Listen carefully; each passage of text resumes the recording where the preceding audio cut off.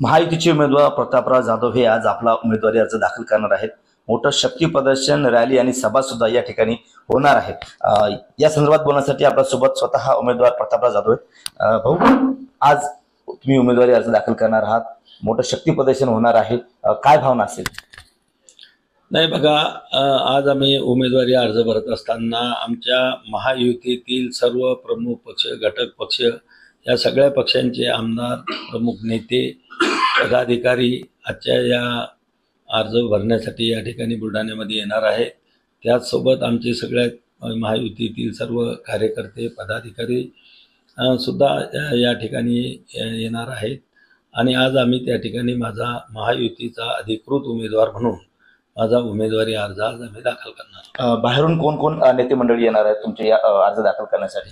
नाही, बाहेरून काही नेते मंडळी काही जास्त बोलवले नाही। आपले गुलाबराव पाटील, आपल्या शेजारचे जळगावचे महाराष्ट्र राज्याचे कॅबिनेट मंत्री हे येणार आहेत आणि शिवसेनेच्या प्रवक्त्या ज्योतिताई वाघमारे हे दोनच लोक आपण बाहेरचे त्या ठिकाणी येणार आहेत। मला वाटते रक्षाताई खडसे पण आपल्या बाजूच्या महायुतीच्या उमेदवार आहेत, रावेर लोकसभा मतदारसंघाच्या, त्या पण त्या ठिकाणी येणार आहेत। आणि बाकी जिल्ह्यातले सगळे आमचे महायुतीचे आमदार आणि पदाधिकारी त्या ठिकाणी असणार आहेत। जवळपास लोकसभेचं चित्र निश्चित झालेलं आहे। महाविकास आघाडीकडून नरेंद्र खडेकर असतील, शेतकरी नेते रविकांत तुपकर असतील, हे सुद्धा या रणांगणात उतरणार आहे। कसं आव्हान असणार आहे तुमच्यासमोर? नाही, अजून या ठिकाणी आता मला वाटते अजून वंचितचा उमेदवार या ठिकाणी येऊ शकतो। आणखीन अनेक पक्ष आहेत। अजून उद्या 3 वाजता चित्र क्लिअर होईल की कोणत्या पक्षाच्या कोणी त्या ठिकाणी उमेदवारी अर्ज भरला आणि खरं चित्र जे स्पष्ट होईल की 8 तारखेला उमेदवारी अर्ज मागे घेण्याची मुदत संपल्यानंतर खरं चित्र या मतदारसंघाचं स्पष्ट होईल। महायुतीमध्ये जे भाजप आहे, त्यांच्या भाजपाचा माजी विजयराज शिंदे आहेत, माजी आमदार, त्यांनी सुद्धा काल अर्ज दाखल केला। तुमची उमेदवारी जाहीर होण्याच्या अगोदर आमदार संजय गावडे यांनी सुद्धा अर्ज दाखल केला होता। कुठेतरी बंडखोरी होत असल्याचं चित्र दिसते? नाही, एबा तुम्ही पहा, हे भारतीय जनता पक्ष, शिवसेना, राष्ट्रवादी हे सगळे पक्ष आम्ही शिस्तबद्ध आहोत आणि नेत्यांनी दिलेल्या आदेशाचं पालन करणारे पक्ष आहेत। त्यामुळं महायुतीचा वरतून जो निर्णय होईल तो आमच्या सगळ्यांना मान्य असेल। आणि माजी आमदार विजयराज शिंदे हे लोकसभेचे निवडणूक प्रचार प्रमुख आहेत।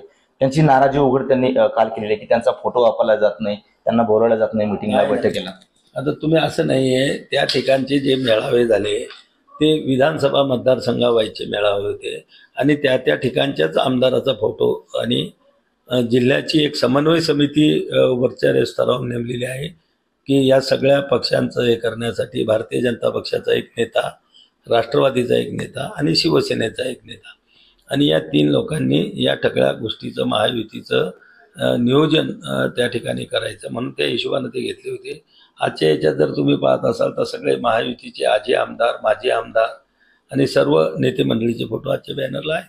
कुठेतरी दबावतंत्र वापरण्याचा प्रयत्न होतो भाजपाकडून?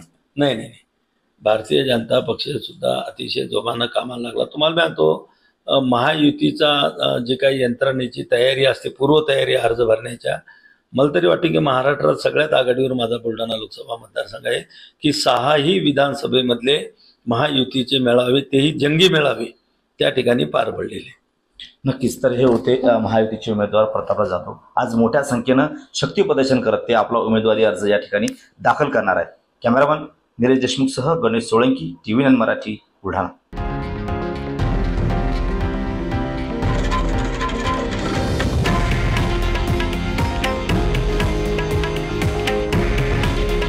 हे आहे देशातील नंबर 1 न्यूज नेटवर्क आणि आपण पाहत आहात TV9 मराठी। काळजी तुमची, हित महाराष्ट्राचं।